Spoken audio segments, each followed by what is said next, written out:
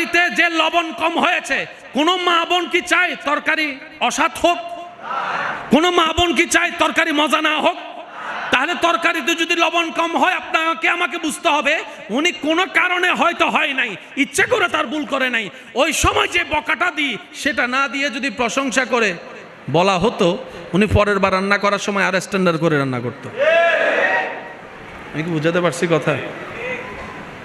কষ্ট নিয়েন না আমার কথায়। কারণ কি জানেন, আমাদের হায়াত একদম কম। আমাদের হায়াত ওই আগের নবীর উম্মতের মতো 700, 800, 900 বছর সুযোগ নাই। বাঁচবো যেহেতু 40, 50, 60 বছরই, অর্ধেক তো শেষই চলে না, বাকিটা অন্তত শান্তিতে থাকার চেষ্টা করি। তো শান্তিতে থাকার ওয়ে কি? আপনি আল্লাহর সন্তুষ্টির জন্য আল্লাহর সৃষ্টিকে, আল্লাহর বান্দাকে শান্তিতে রাখবেন, ওই বান্দার স্রষ্টা আপনার শান্তির ব্যবস্থা করে দিবে। এবার ওই আল্লাহর আপনি শান্তি পাওয়ার নিয়ম কি? অন্যকে শান্তিতে রাখা। এবার অন্য শব্দটার ভিতরে, সামনের জন আল্লাহর বান্দা শব্দের ভিতরে আপনার মা আছে না নাই? জোরে বলেন না, আছে না নাই? বাবা, স্ত্রী, স্বামী, আপনি আল্লাহর বান্দা হিসেবে সবাইকে সম্মান করেন, ভালোবাসেন, শান্তিতে রাখেন। ওই বান্দার আল্লাহ আপনার শান্তি কিভাবে দিতে হবে এটা উনি জানে। ওয়াল্লাযী আনজালা সাকিনাতা ফি কুলুবিল মুমিনিন, উনি জানে কিভাবে শান্তিটা দিতে হয়। আর রব যখন শান্তি দিতে চায়, ওই নমরুদের আগুনের ভিতরেও ইব্রাহিম নবীকে শান্তিতে রাখেন।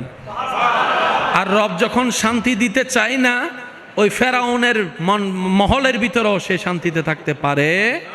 সেজন্য তাওয়াক্কুলটা রবের উপর, বর্ষটা রবের উপর, মন প্রাণ উজাড় করে নবী রহমাতুল্লিল আলামিনের ভালোবাসা, সাহাবায়ে কেরামের ভালোবাসা, আহলে বায়াতের ভালোবাসা, আল্লাহর ওলিদের ভালোবাসা। কেন ভালোবাসবো? এক কথায় বুঝবেন, আমরা কোনো ব্যক্তিকে মানি না, আমরা কোনো ব্যক্তির নামকে মানি না, আমরা তাকে মানি যে রবের হয়। আব্দুল কাদের নামের মানুষ আপনার এলাকায় অভাব নাই, কিন্তু দেখলে কখনো সালাম দিবেন না। আরেকজন আব্দুল কাদের আসে, উনি যদি এসে কোনো প্রচার ছাড়াই যদি নির্বাচন করে, আমার বিশ্বাস চোখ বন্ধ করে উনি নির্বাচিত হবেন। এত পাগল কেন? বলে যে যে রবের হবে সে বান্দার হবে। নাম মানলে সবাইকে মানি, আমরা তো নাম মানি না। নাম দিয়ে মানি, আমরা তাকে মানি যে নামটা রবের কাছে প্রিয় হয়। আজকে যদি এই এলাকার সবচাইতে নিকৃষ্ট মানুষটাকে রব বলে যে আমি তোকে ভালোবাসি, ইমাম, মুয়াজ্জিন, আলেম, খতিব সবার উপর দায়িত্ব তাকে দেখে সম্মান করা। কেন? সে রবের হয়েছে, আমরা এখনো রবের হতে পারি না। আল্লাহ আমাদের সবাইকে একটু বোঝার তৌফিক দান করুক, নেক আমলের জিন্দেগি বানানোর তৌফিক দান করুক। অন্যের ক্ষতি করে নিজে কখনো লাভবান হওয়া যায়? আর যারা আমরা বলি উনি লাভবান হয়েছেন, এটা আমাদের জ্ঞান, আমাদের চোখে আমরা দেখি যে লাভবান হয়েছেন। কারণ আমাদের কাছে লাভ মানে কি জানেন? 10 টাকা দিলাম, 50 টাকা পেলাম, লাভ। আমাদের লাভের হিসাব হচ্ছে একদম কাঁচা কাঁচা।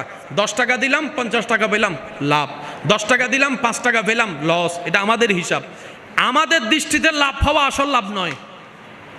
রবের রহমতের দৃষ্টিতে যে লাভবান, সেই লাভবানে থাকে ফিদ দুনিয়া ওয়াল আখিরা, দুনো জগতে সে লাভবানে থাকে। সুবহানাল্লাহ।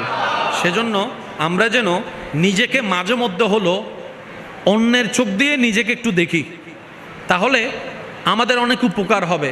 কারণ অন্যের দোষ যেভাবে চোখে পড়ে, নিজের দোষে আপনার আমার সেরকম চোখে পড়ে না।